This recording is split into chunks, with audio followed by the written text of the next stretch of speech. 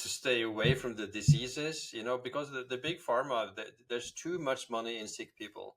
Unfortunately, it's follow the money principle. So to be able to stay away from getting sick as much as you can, it will save you so much money and so much life quality. Really, there's a big research going on from former American veterans that can tells you that if you do the same lifestyle changes that I advocate in the Pulse Cure, you live 24 years longer than the ones who don't. And these are not 24 years of poor health. It's also a good health span.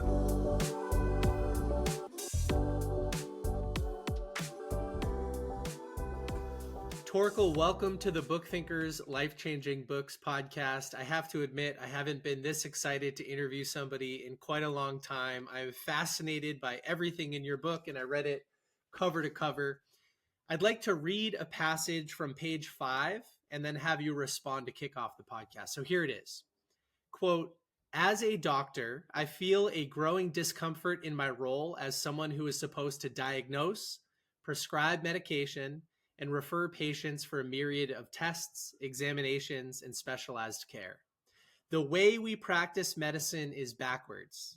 We wait until people become ill before we heroically intervene." So that's the end of the quote. I'd like to have you respond and tell us a little bit about why you think this is. This is because this is what we learn in medical school. So we are not trained to create health. We are trained to repair disease or to identify and repair disease. So this is how all us doctors are trained. So it's no wonder why few doctors know a lot about preventative healthcare and how to stay healthy, because we're not trained in it. So that's the fault of the system. But so many people are changing this around. I'm on so many podcasts, so many health-related podcasts.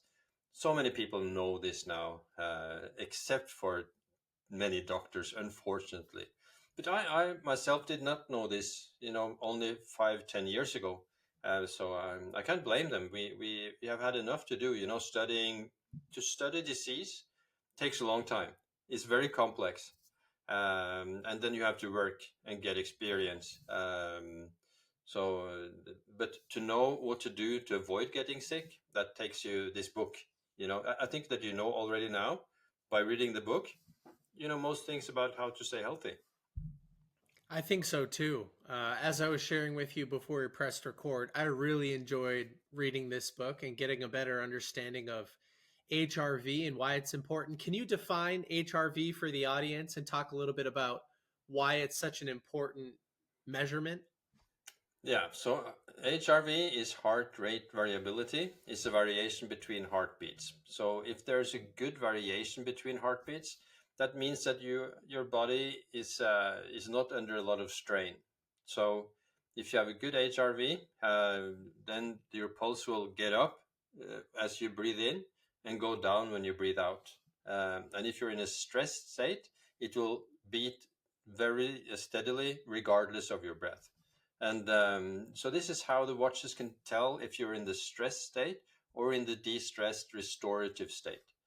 And unfortunately for us, we are in the stress state most of the time. And this makes us sick. Our bodies, our physiology, our immune system, our brains are not made for this. They are developed under completely different circumstances.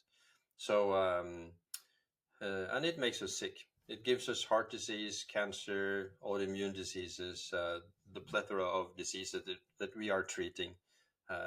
Instead of going to the root cause and making people able to have a good stress balance, which is not only making them more healthy, but they have more well-being. They sleep better. They feel refreshed when they get up in the morning. And I think the success of the book in Norway, it has been on the bestseller charts for 69 weeks, is because that people immediately get this.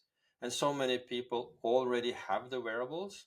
They just don't know exactly how to use them, and particularly compared to health and disease. So Torkil, I've been wearing my Oura Ring for 5 years now. I have data going back until 2020, and I've worn it very consistently over the last 5 years. And as I was going through your book, I was shocked when I looked at my year over year HRV that it's been trending down for the last 5 years. Now, I know part of that is due to aging, but I want to get it back up. I want my HRV to be as high as possible. Yeah. And so, although I feel like I'm checking a lot of the boxes, I eat very well, I sleep very well, I exercise a lot, it's still going down. So maybe you can help me out a little bit. How much down? Well, let's see. And I'm kind of shy to admit these numbers because out of everything I do, I feel like this is my worst performing metric. But when I go back to 2020, I was averaging around 75 on the Oura Ring heart variability scale. Which is very And good. now I'm down to about 60. All right. What is your age? I just turned, well, I'm 30 and a half. I'm 30 Yeah. years old. Yeah, because in that age, from 25 to 30, that's when this curve is the steepest. It's kind of like a opposite hockey stick curve where it goes fast down, from 20 to 30, and then it flattens out more. So you have been caught just in the time where it naturally will go further down. But it may also be other factors that you're maybe working more or having some different habits, or so it will go down in addition to the normal aging, which is why, as an athlete, you cannot expect to be very good athlete after 35, and only the exceptional athletes like Cristiano Ronaldo or Tom Brady will be top athlete at 40, because the HRV will go down, and Cristiano Ronaldo, he has actually said that his Whoop band is like having a doctor on the wrist. So he uses it a lot, the Whoop band. So I would think it's quite natural. So it would probably not be possible for you to get all the way back up to 75, or it would take a lot of effort to do that. But it could be a good challenge, though. Yeah. But I but know your one but thing. your numbers are great. Okay. Your Well, numbers that makes me indicate feel that better. you are a fit person. Yeah, definitely. Okay. Yeah, Yeah. that makes me feel better. I have so many more questions, but I've been hogging the mic, so let's kick it over to Luke and see what he has to say about HRV. Yeah, well, I just wanted to maybe give our audience some context. And like, I love diving into these numbers and everything, but I'm like, okay, a lot of people might not completely understand this HRV thing. So, first, I wanted to ask, like, how did you discover HRV as one of the most important, if not the most important, metrics to measure as far as it goes with health? Because there are so many other things, like Nick just mentioned, all these other metrics that he's measuring. Why is HRV the most important one? It's because it tells you, your heart tells you so much about the inner state of your body.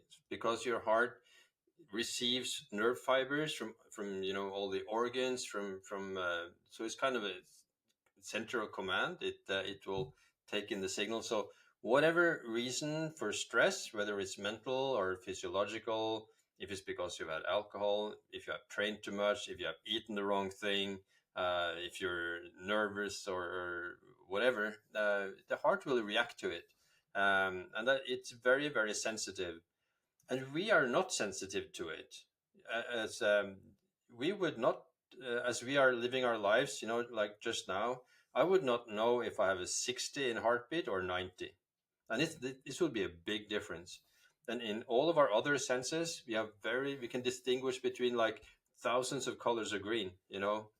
We can hear a bird chirping, a mile away. But our sense for our inner state is almost non-existent, and this is why we are so poor at this, and this is why we get into a burnout state and fatigue and get sick, and still push on without realizing the pressure we put on our systems. But the watches that keep track of our heart rate will find out this immediately, and are very, very sensitive. So, and probably Nick could also tell that the Oura Ring will understand that he's getting sick or getting into a tired state before he does himself. Or what do you say, Nick?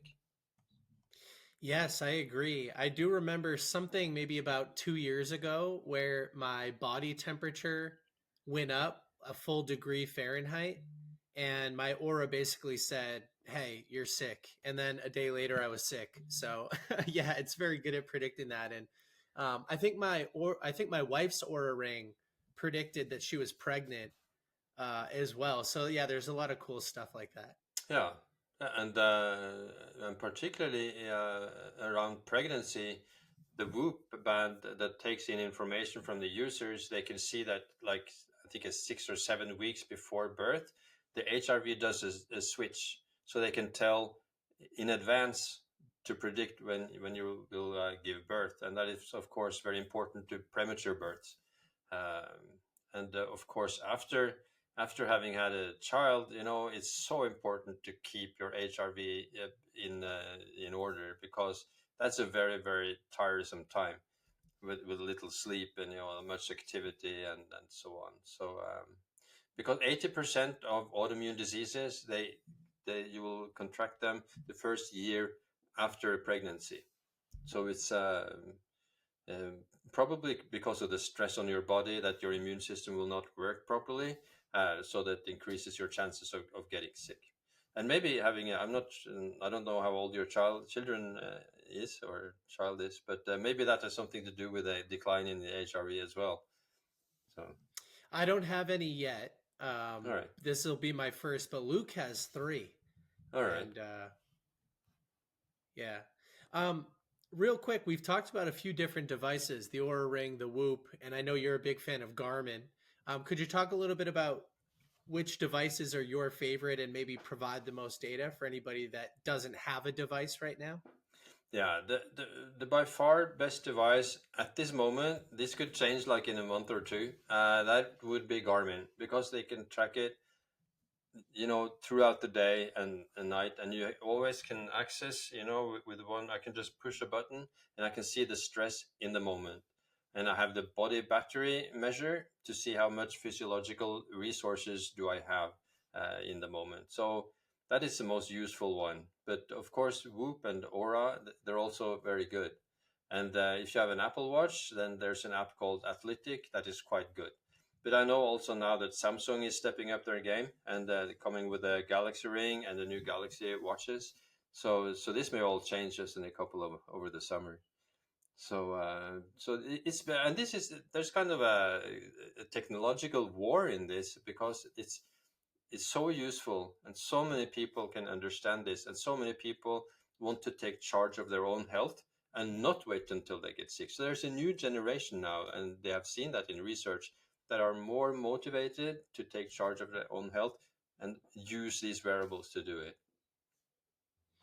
I remember during our first conversation, which at this point was maybe like 3 or 4 months ago, you told me which Garmin watch you recommended, but at the time I wasn't doing much. I had the Aura data and I wasn't doing much endurance or cardio. So I was like, I don't need that.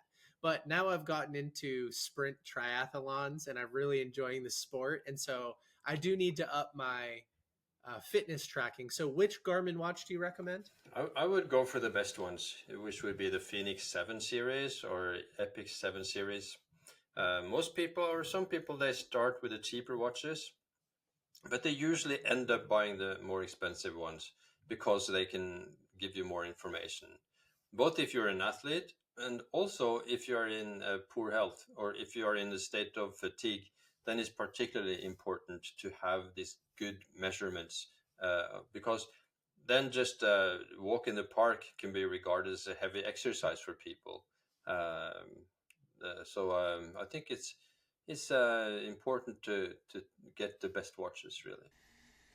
Duly noted, and I'm going to probably up my wearable game too. I'm just getting into this whole world. And honestly, Yeah. Torkil, like being honest, like it freaks me out a little bit because I think, oh man, this might cause more stress because I like feel like I'm a stressed out person, and I'm like, oh, if I have to measure all these things, am I going to become more stressed out, and that's going to make my HRV worse? Like, I have those thoughts a lot. So, what do you say to someone like me who has those feelings towards measuring and tracking Yeah. everything? Firstly, then I know that you haven't tried it, because my experience is that once you try it, uh, you just take it in as a measure, just like you do in the car where you see the speed. These are kind of physiological speedometers that tells you your physiological speed, and you get used to it very fast. So this doesn't seem to be a real problem once you start. And like it because you said it's a game, because this is a gamification of your health.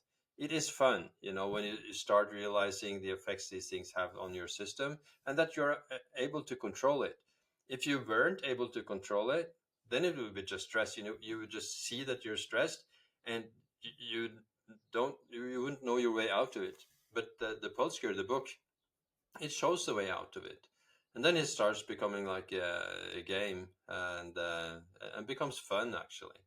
So So for people that are maybe just starting out into this whole world of wearables and kind of gamifying the HRV, like what are some first steps they can take to improve their overall HRV? Is it, I mean, I guess just give us your take on that, like some of the first steps. that would be getting better sleep, to make sure that you get those 7 to 8 hours of sleep every night that we really need. And the body, when you just make sure that the body can sleep for that amount of time, it will do the job itself, as long as you let it. So that's the easiest part. And one of the most important ways is to cut down on alcohol.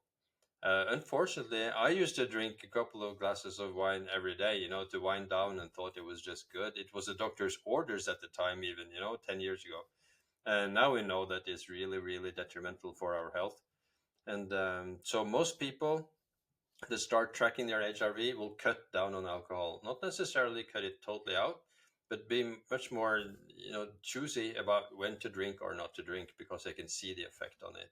And Whoop has done research on athletes and seen that it takes 5 days to get back into the same recovery state than you were before, having a night out on town.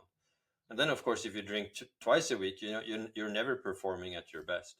So that would be the most important things. And if your fitness level is low, because the Garmin watches will show which kind of VO2 max you have, which is a number for your fitness level, then it would be important to raise it, to get into better shape, a better fitness, to have better, then your cells are better, then all your organs will work better and smoother, because you have a better fitness level.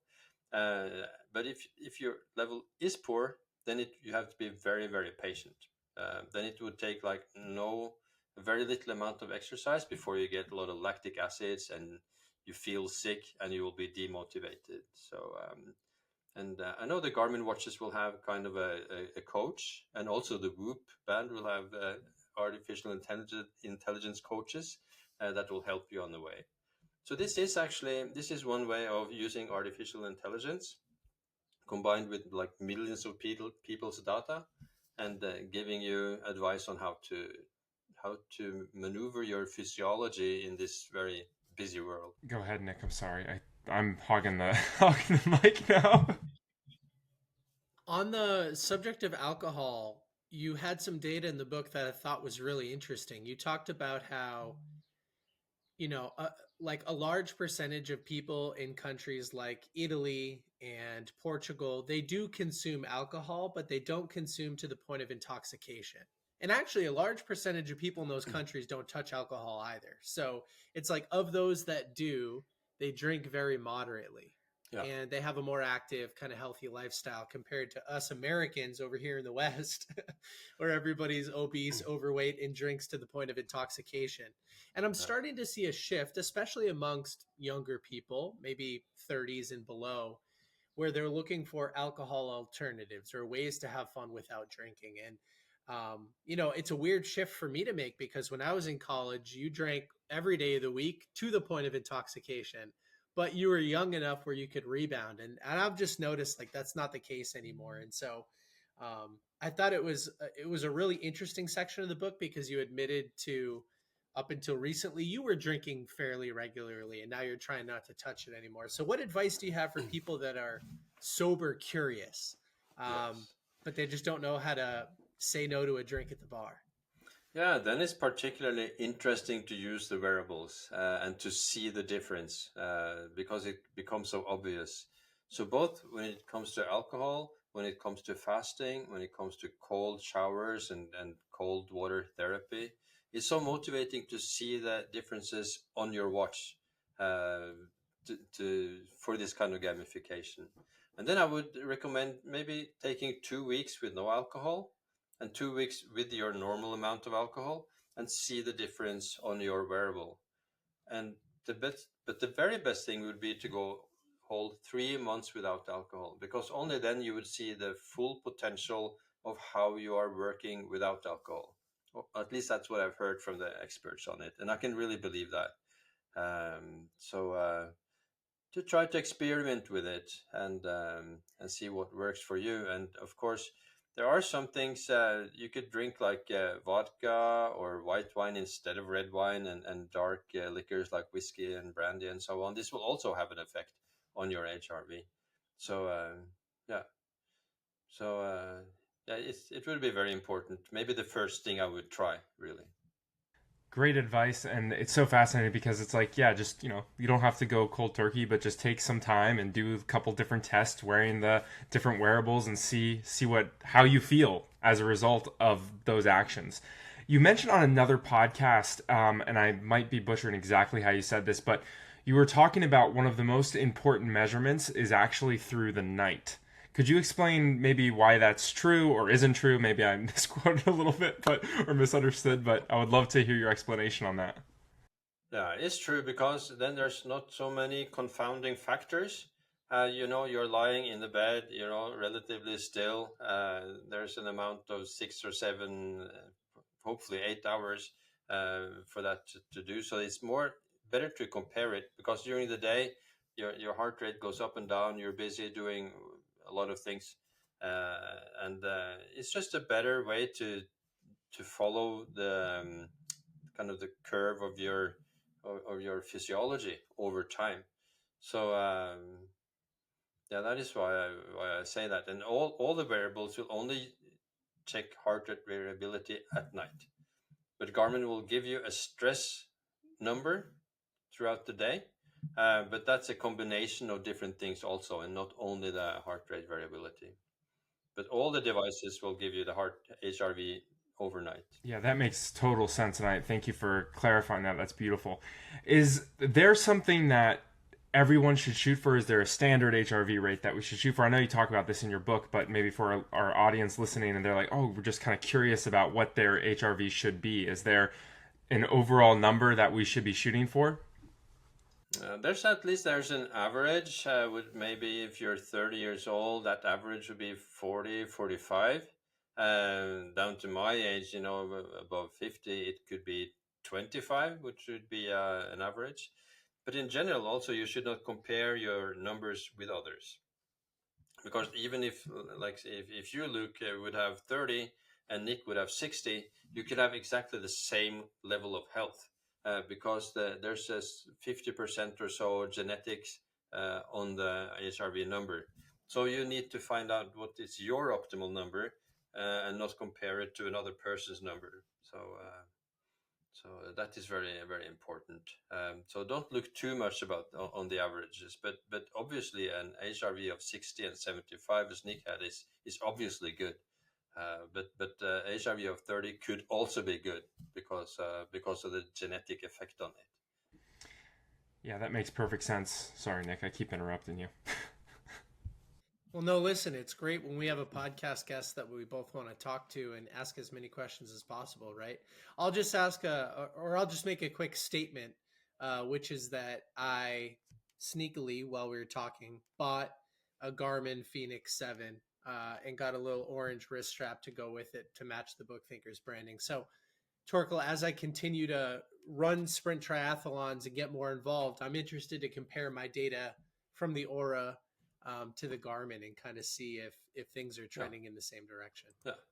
And of course, Oura is developed by a sleep lab to optimize sleep. And Oura would be better to get the sleep phases and an evaluation of your sleep.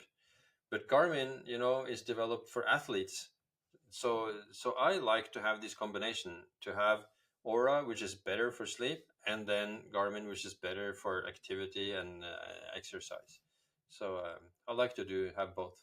For people who feel like, oh, they're listening to this and they're like, oh man, I don't want to spend, I don't know how much the Garmin is, but $200, $300 on a piece of a wearable, what is your advice to them? Should they, is it that important that they should get it? Should they try to find some cheaper alternative? Like, what's your thoughts around that? Yeah, so the cheapest Garmin that is still very, very valuable, it would be the Vivo Smart 5, which would cost maybe $100. Maybe Nick can check as is on the online. I would guess it's like $100 or a little bit more. So it wouldn't give you the HRV overnight. That is one of the downsides of it. But it would give you so much more information. It would give you the stress level in the moment. It would give you the body battery levels, and it's super useful. So that is also the advantage about Garmin. It's the cheapest way to get into it. But as I said, a lot of people who start buying the cheapest ones end up selling it and getting the most expensive ones.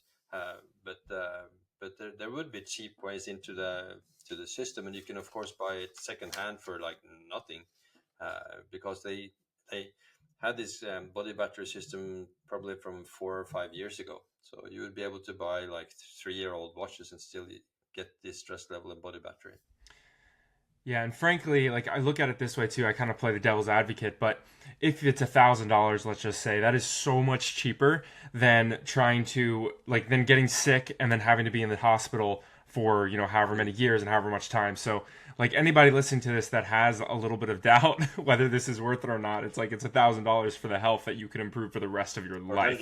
100, yeah, or $100. I was just saying $1,000 as yeah, I don't know how much the Garmin is, but I was thinking, okay, if it's $1,000, it's like totally worth it. And people spend that much on a phone too, so it's just like it makes sense. Yeah, absolutely, and particularly in the US, because in Norway, healthcare is free. So it doesn't matter, the government will pay for it. But I know that it's not like that in the US. So to stay away from the diseases, because the big pharma, there's too much money in sick people. Unfortunately, it's follow the money principle. So to be able to stay away from getting sick as much as you can, it will save you so much money and so much life quality. Really, there's a big research going on from former American veterans that tells you that if you do the same lifestyle changes that I advocate in the Pulse Cure, you live 24 years longer than the ones who don't. And these are not 24 years of poor health. It's also a good health span to it. So because the good thing is that the things that give you the way to live that gives you the most well-being in the moment is the same that keeps you healthy and the same that makes you live longer. So it's exactly, you have to take care of your cells in the body, and the most important cells are in your brain. So if you just do these things and live a little bit more like we were developed for, sleep at night, eat real food, move regularly, but not too much, stay outside in the day, get some sun, and so on. Refrain from too much alcohol, and once you do these rather easy things, cheap things, free things, it's free to meditate, it's free to do breath work, it's free to be out in nature, all these things that we know is healthy. So that is all free. It's once you get sick, everything, the bill starts to get up. Yeah, they really do. When I first got into this industry, I got in because I saw a lot of rich people had written books. And I said, if I want to figure out how to make money and be successful, I need to read about money. And money is a skill set. It's a valuable skill set to have. You don't need to be materialistic to understand the importance and value in money. But if you're just financially successful without your health, it's not worth that much. And if you're financially successful and healthy, but you have bad relationships and you're not happy, it's also not worth that much. So I've started to view success through more of a holistic lens. One other thing that's free is dancing. And I loved a video I saw on your Instagram recently where you were like on a boat and you were dancing, and movement is free. It really is. Tell everybody a little bit about your social media presence and why you curate things the way you do, because you seem to just have this like fun, free-spirited lifestyle about you. Yeah, but I do have a fun spirited lifestyle. I thought about this the other day that there should be a disorder named, fun deficit disorder. It's, you know, that has always been my priority to do things that I think is fun. And my Instagram account is a bit like that. So that because one of the best things to do for movement is spontaneous movement, that you jump around your office or in this case in my boat, uh, to to uh, to run around, jump a bit, get your heart rate up, and get flexible. I have this kind of office bounce, that I call it, on my Instagram, and then people used to like that because I look a bit crazy when I do it. So that's good. I So I love that. I have Nick mentioned it, but I have 3 kids, and something that we do daily, and it's my favorite time is just like we go upstairs and have a little dance party. We put on some music and just do some dance before dinner, and it's always like even if you've had a really stressful day, that little simple thing just brings you down and brings you present, and it's beautiful. So yeah, I encourage people to do that all the time.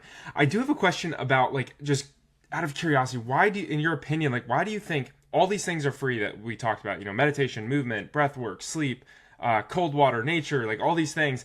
Yet so many people, especially in the U.S., don't take advantage of them. Why do you think that is? there's so much commercials for things that cost money. There's no money in it. So there's no commercial pressure for people to go and tell you you should do this. So it's free. I think that's the reason. There's nobody to push it, uh, except people that are authors or having courses and so on. But I want to say about your children, that's it's so important because I see most children that comes to my office, they don't know how to move. They're sitting and being transported all around, and they just don't have any balance, and they don't have any muscles and way to coordinate themselves. And it's like if they go out in nature, they would fall over because they don't have this balance. So I think that's very important. And in all societies, they have had dams. So you can usually ask yourself, did people do this 5,000 years ago? If you can say yes, okay, it's probably healthy, because the tribes that had the right way to live, they survived better than their neighbors. So I think that dance is kind of exercise, like an ancient exercise. They did not run around, checking their lap times and so on. They were dancing and having games. So we should do more of that. They certainly didn't sit still for hours at a time, with their PlayStation or phones or whatever. So you're doing a good thing for your kids, yeah, and it's also developing their brains because the best things for your brain cells, that is to get muscles, to have a good fitness levels. That's the best thing you can do for your brain cells.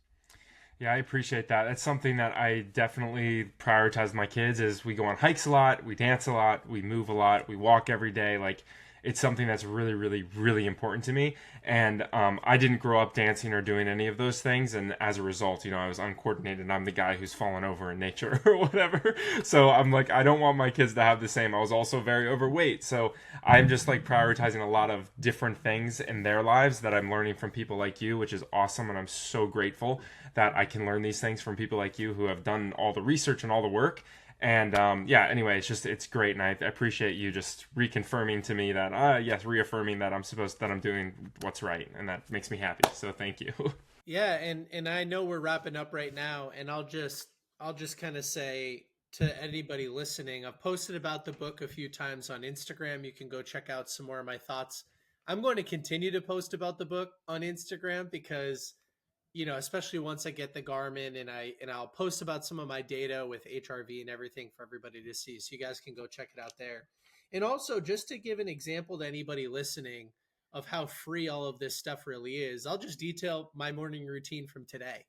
So I woke up and I went on a walk with my dog. Walking is free. My dog isn't free, but walking my dog is free. And I got some sunshine before I consumed any caffeine. I got some walking cardio in. It was almost like a walking meditation. I then went to the gym. And when you average it out, my gym is like $1 per workout. But I went to the gym, I got a good exercise in. And at the end of my workout, I went in the sauna. And I sat in the sauna for about 20 minutes and I had a wonderful conversation with somebody else that was in the sauna, a younger guy who had just lost a lot of weight. I made a couple of book recommendations. I then got home and it was really sunny outside. And I went and I rolled around in the backyard without my shirt on to get some extra sun, without any shoes or socks on the grass with my dog. We played a little bit of fetch. We ran around. It was like amazing. I came back inside. I showered. At the end of my shower, cold water, which is less expensive than warm water. And so I got a little bit of cold exposure in. And then I sat down and did a meditation in front of my red light before I kicked off my day. So most of that is free. The gym costs $1, per exercise, basically. And the rest of it, everybody has access to. And these are all things that I do to set up a wonderful day, to have the energy to talk to people like the good doctor here, and just show up with a smile on my face. It's all about my brain. It's all about my body. It's all about showing up with great energy. And so much of it is free. And what's great about a book like this is that it's available for $20 and you can read it in a few hours of your time. And you can make changes to your life that will impact you and your family for the rest of time. So just thank you so much for coming on today. I know Luke's got a couple more questions, but I've had a blast talking to you. Yeah, thank you. And it's also an audiobook and ebook as well. So just for many people, they don't like reading so much. They have dyslexia. That's great. So Torkil, I have two more questions. The first one is, where can people go to find out a little bit more about you? And obviously we'll link it in the show notes and everything else. Yeah, they can go to thepulsecure.com. There they can also see a video lecture where I show you how to use a Garmin. And of course, it's an hour that I explain more in detail what to do and how to do it. And it's also a social website. So there's a blog there and links to other podcasts and lots of stuff. And they can go to my Instagram, Dr. Torkil. I'm changing it now all the way into English. It has been in a Norwegian most of the time so far, but as the book is translated into more and more languages, I need to up my English content on it. So there will be interesting things to learn there as well. Beautiful. I'm so thankful for you. And again, we'll link all that in the show notes. Okay, this is my final question, and I love to ask all our guests this, and it's this. You pass away, and all the information that you put out, books, courses, speaking, Instagram, all of it goes away, but you can leave the world with a single piece of advice. What would it be? That would be that it's possible to live an adventurous life and live life as you really want it and make that a priority. It doesn't have to be expensive, but it's possible to do it. That would be the most important thing. That is a base of everything that I do. I've written a book before. It's called The Camera Cure on how to. It's not in English. How to live your life. But to be able to live your life, you have to have this autonomic nervous system in balance. If you are too stressed, if you're not sleeping, then your head is not really working. So the Pulse Cure is a part of a bigger scope, so to say. So that is about how to live your best life. I love it. And we didn't get into it, but I know you go on adventures with your family a lot, and you've been all over the world in 80 countries and all kinds of other fun stuff. So maybe we'll have another conversation another time and dive into that stuff. But yes, it starts with your HRV. Get that right, and then you can have an adventurous life. Torkil, thank you so much for your wisdom and your knowledge. We have had such a great time chatting with you today. Thank you so much. Great to know you.